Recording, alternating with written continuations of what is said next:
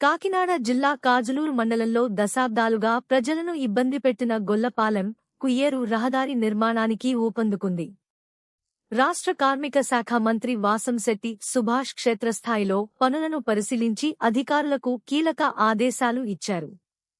37.65 కోట్ల వ్యయంతో సుమారు 13 కిలోమీటర్ల రహదారి నిర్మాణ పనులు వేగంగా కొనసాగుతున్నాయి. ఇప్పటికే 19.25 కోట్ల మేర పనులు పూర్తయ్యాయని అధికారులు తెలిపారు.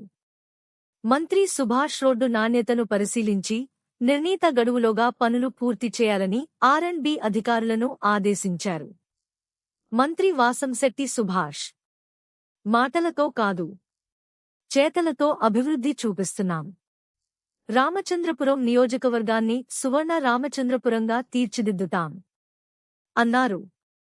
ఈ సందర్భంగా మంత్రి గత వైసీపీ ప్రభుత్వంపై విమర్శలు గుప్పించారు. అభివృద్ధిని చూసి ఓర్వలేక విషప్రచారం చేస్తున్నారని ఆరోపించారు.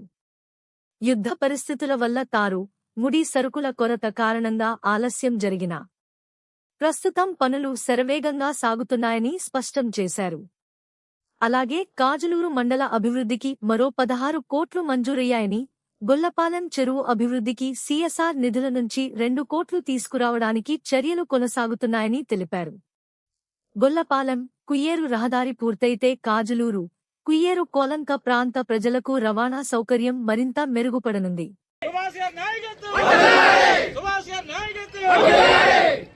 ఎన్ని విమర్శలు వచ్చినా ఏ రోజు ఆయన ఏం మాట్లాడలేదు. ఓన్లీ చేతలతోనే చూపించిన నాయకుడు సుభాష్ గారి నాయకత్వం.